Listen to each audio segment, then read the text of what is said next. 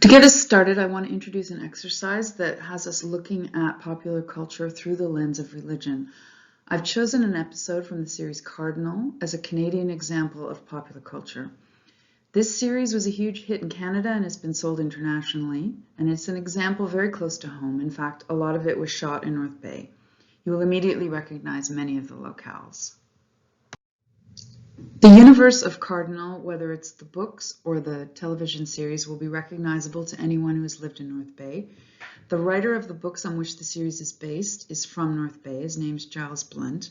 And one of the jokes of the books is that he's renamed North Bay Algonquin Bay, but the street names have remained the same, so anyone who lives here will know the locations.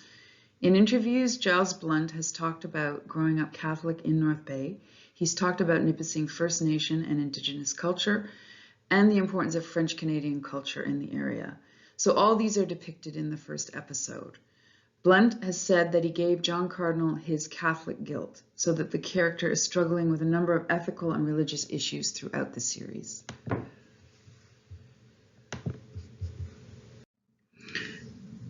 The various themes in the series are played out particularly in the interplay between the two main characters, John Cardinal and Lise Delorme, who are detectives, police detectives in the mythical Algonquin Bay.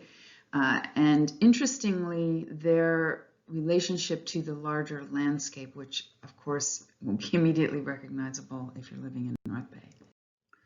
So for our first foray into watching television religiously or looking at popular culture religiously, I would like you to watch an episode of Cardinal, Season 1, Episode 1. Now, I'm sorry, you'll have to deal with the ads because we're getting it off of the CTV website.